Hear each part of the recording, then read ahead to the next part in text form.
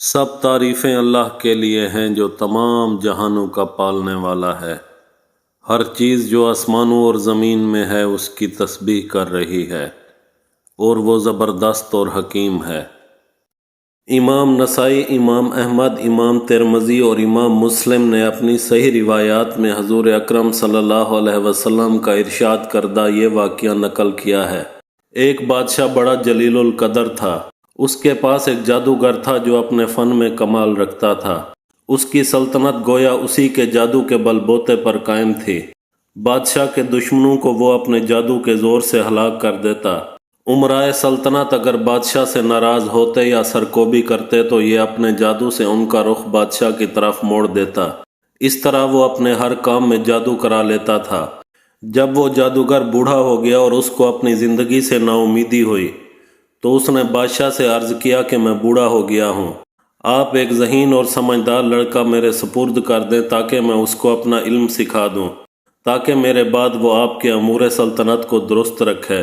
چنانچہ بادشاہ نے ایک عاقل اور ہوشیار لڑکا اس کے حوالے کر دیا۔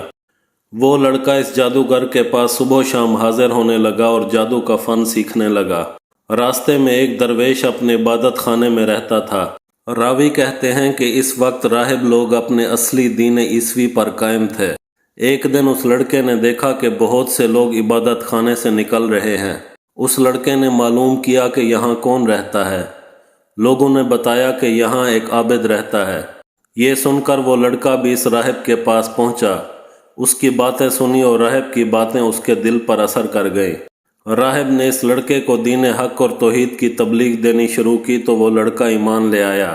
یہ لڑکا جادوگر کے پاس جاتے ہوئے راستے میں راہب کے پاس ٹھہر جاتا اور دیر ہو جانے کی وجہ سے جادوگر اس لڑکے پر غصہ ہو جاتا اور زد و کوب کرتا۔ آخر جادوگر نے بادشاہ کے پاس شکایت کی۔ بادشاہ نے لڑکے کو تاکید کی کہ ساحر کے پاس سویرے پہنچا کرو۔ اس کے درباریوں نے کہا کہ یہ لڑکا صبح سویرے گھر سے آتا ہے لیکن راستے میں دیر کرتا ہے۔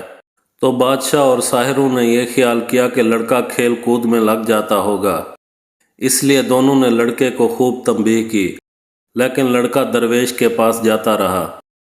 ایک دن یہ لڑکا راہب کے پاس سے بادشاہ کی طرف واپس آ رہا تھا۔ کیا دیکھتا ہے کہ کسی مہلک جانور نے راستہ روک رکھا ہے۔ لوگ ادھر ادھر دونوں طرف رکے کھڑے ہیں۔ لڑکے نے دل میں خیال کیا کہ آج امتحان لیتا ہوں کہ راہب حق پر ہے یا جادوگر۔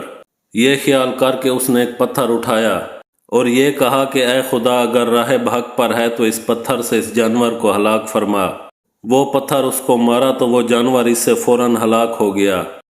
لوگوں نے یہ واقعہ دیکھا تو کہنے لگے کہ اس کو جادوگری میں کمال حاصل ہو گیا ہے۔ لڑکے کی ہر جگہ تعریف ہونے لگی اور اس کی خوب شہرت ہو گئی۔ آہستہ آہستہ یہ خبر راہب تک پہنچ گئی۔ اس نے لڑکے کو تنہائی میں بلا کر کہا، بیٹا، تجھ کو اللہ تعالیٰ نے بزرگی اور کمال سے نوازا ہے۔ میں جانتا ہوں کہ تیرا مرتبہ بلند ہوگا اور تو کسی آزمائش میں مبتلا ہوگا، لیکن یاد رکھنا کہ میں بہت کمزور اور بوڑھا ہوں، کسی کو میرا پتہ نہ دینا۔ لڑکے سے قول و اقرار کر کے راہب مطمئن ہو گیا۔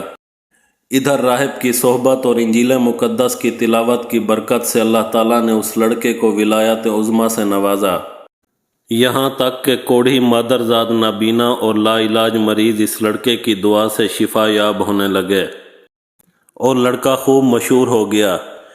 اس شہرت کا سن کے بادشاہ کا نابینا وزیر اس کے پاس آیا اور خوب تحفے نذرانے پیش کر کے عرض کیا کہ مجھ پر بھی توجہ فرمائیے اور میری آنکھیں بھی اچھی کر دیجیے۔ لڑکے نے کہا کہ مجھے کوئی نذرانہ اور ہدیہ درکار نہیں اور شفا میرے ہاتھ میں نہیں ہے، اللہ تعالیٰ شفا دینے والا ہے۔ اگر آپ اللہ وحدہ لا شریک پر ایمان لے آئیں اور شرک و بت پرستی سے توبہ کر لیں تو میں اللہ تعالیٰ سے دعا کروں گا، پروردگار عالم آپ کی بینائی واپس عطا فرما دیں گے۔ وہ اندھا اسی وقت مجلس میں مشرف با ایمان ہوا اور لڑکے کی دعا سے اس کی آنکھیں روشن ہو گئیں۔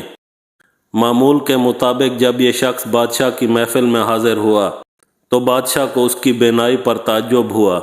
اس سے پوچھا کہ میری سلطنت کے اندر تمام معالج تیری آنکھوں کا علاج کرنے سے عاجز ہو گئے، آخر تجھ کو کس سے شفا حاصل ہوئی؟ وزیر نے کہا کہ میرے پروردگار نے اپنی قدرت سے مجھے بینائی عطا فرمائی ہے۔ بادشاہ نے کہا کہ میرے سوا تیرا پروردگار کون ہے؟ وزیر نے کہا کہ میرا آپ کا اور اس ساری کائنات کا پروردگار اللہ تعالیٰ ہے جس نے ساری مخلوق کو پیدا کیا۔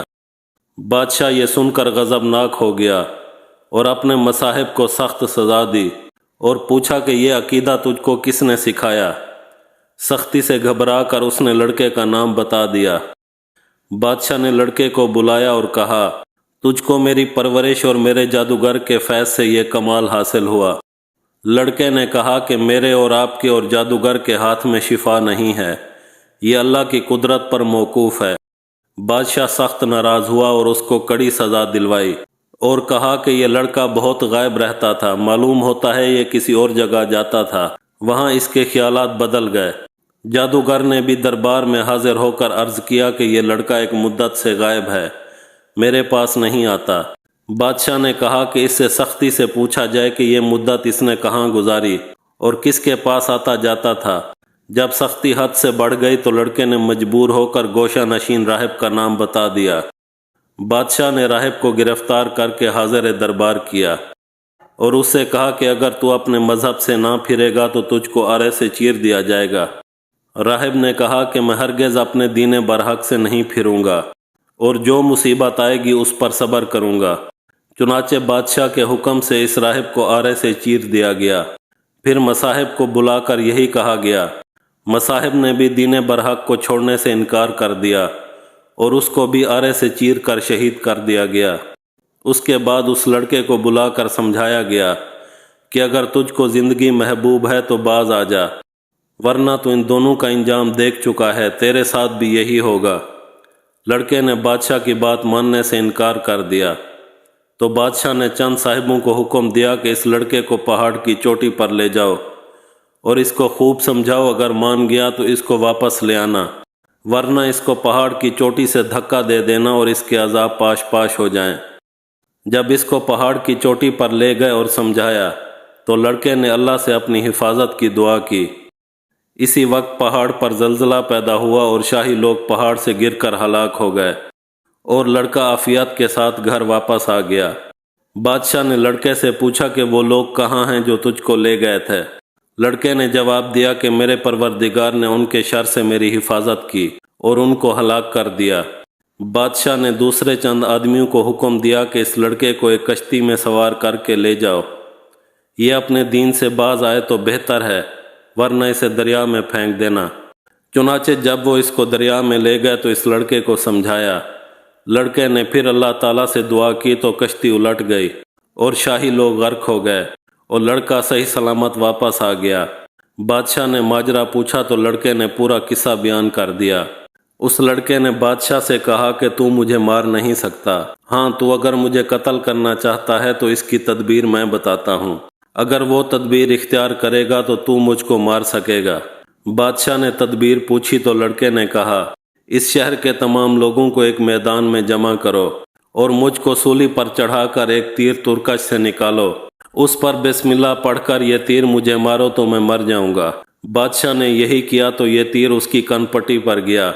اس لڑکے نے اپنا ہاتھ کن پٹی پر رکھا اور یہ کہتا ہوا شہید ہو گیا کہ میں اپنے پروردگار کے نام پر شہید ہو کر کامیاب ہو گیا۔ اس واقعے کو دیکھنے کے بعد تمام لوگ بآواز بلند اللہ تعالیٰ پر ایمان لے آئے۔ یہ سن کر بادشاہ کے درباریوں نے کہا، آپ نے ان تینوں کو ہلاک تو کر دیا جو آپ کے مخالف تھے، مگر اب تو سب لوگ ہی آپ کے خلاف ہو گئے ہیں۔ یہ سن کر بادشاہ نہایت غضبناک ہوا اور شرمندگی سے چلا اٹھا اور خندقیں کھدوا کر اس میں آگ دہکانے کا حکم دیا۔ چنانچہ خندق میں آگ دہکائی گئی، اس کے کنارے پر سلطنت کے لوگ کرسیاں بچھا کر بیٹھ گئے اور سب کو حاضر ہونے کا حکم دیا اور اپنے کارندوں سے کہا کہ سب سے معلوم کرو، جو اپنے دین سے نہ پھرے اس کو آگ میں ڈال دو۔ چنانچہ شاہی فرمان کے مطابق ایمان والوں کو آگ میں ڈالنا شروع کیا گیا، یہاں تک کہ ایک ایسی عورت کو بھی لایا گیا جس کی گود میں بچہ تھا۔ عورت کو جب آگ میں ڈالنے لگے تو وہ ہچکچائی۔ بادشاہ نے کہا کہ عورت کو رہنے دو، پہلے اس کے بچے کو آگ میں ڈال دو، شاید اس طرح یہ اپنے ایمان سے واپس آ جائے۔ چنانچہ اس کے بچے کو آگ میں پھینک دیا گیا۔ بچے نے بلند آواز سے کہا، اماں جی آپ صبر کریں اور بسم اللہ پڑھ کر آگ میں کود پڑیں، یہ آگ آپ کے لیے گلزار بن جائے گی۔ عورت یہ سن کر بغیر کسی گھبراہٹ کے آگ میں کود گئی، اور وہ آگ ایسی بھڑکی کہ اس نے بادشاہ اور اس کے مصاحبین کی کرسیوں کو جلا ڈالا جو ان مظلوموں کے جلنے کا تماشا دیکھ رہے تھے۔ حضرت ربیع بن انس فرماتے ہیں کہ اللہ تعالیٰ نے ان مسلمانوں کے آگ میں گرنے سے پہلے ان کی روحیں قبض کر لیں، اس طرح ان کو آگ کی تکلیف سے اللہ تعالیٰ نے محفوظ رکھا۔ اور یہ بھی لکھا ہے کہ یہ واقعہ یمن کے شہر نجران میں پیش آیا۔ اس ظالم بادشاہ نے تقریباً 20,000 آدمیوں کو آگ میں ڈال کر شہید کیا۔ حضرت عمر رضی اللہ تعالیٰ عنہ کے دور خلافت میں اتفاق سے کسی ضرورت کی بنا پر زمین کھودی گئی تو اس میں اس لڑکے کی لاش صحیح سلامت اسی طرح برآمد ہوئی کہ وہ بیٹھے ہوئے تھے اور اس کا ہاتھ اپنی کن پٹی پر رکھا ہوا تھا۔ کسی دیکھنے والے نے ان کا ہاتھ جگہ سے ہٹایا تو خون جاری ہو گیا، پھر وہ ہاتھ اسی جگہ پر رکھ دیا گیا تو خون بند ہو گیا۔ اس لڑکے کے ہاتھ میں انگوٹھی تھی جس پر اللہ تعالیٰ کا نام لکھا ہوا تھا۔ اس واقعے کی اطلاع حضرت عمر فاروق کو دی گئی تو آپ نے جواب میں لکھا کہ ان کو ان کی انگوٹھی سمیت دفن کیا جائے، چنانچہ ایسا ہی کیا گیا۔ اللہ تعالیٰ آپ کے لیے آسانیاں پیدا فرمائے اور آسانیاں تقسیم کرنے کا شرف عطا فرمائے۔ ویڈیو کو لائک اور چینل کو سبسکرائب کر کے ہماری حوصلہ افزائی کریں تاکہ اس طرح کی دینی اور معلوماتی ویڈیوز کا سلسلہ جاری رہے۔